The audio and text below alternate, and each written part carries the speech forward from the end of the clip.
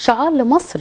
يعني عايزه اقول لك لما بتيجي تعملي شو اعلامي زي افتتاح طريق الكباش في معبد الاقصر، في معبد الاقصر ما بين معبد الاقصر ومعبد الكرنك، شفت الشو الاعلامي، شفت الزي الفرعوني لما خارجين كده من طريق الكباش وطبعا الدير البحري حتشبسوت. احنا عرضنا حوالي تقريبا كل مقتنيات الاقصر في الشو الاعلامي دوت، والناس قاعده بتتفرج طبعا على الغناء العظيم والعروض التسويقيه، وكمان بداوا باغنيه فرعوني وبعض الكلمات الفرعوني الهيروغليفي، نقول لهم احنا هنا مصر ارض الحضاره والمجد والحقب التاريخيه التي ليس لها مثيل في العالم اجمع.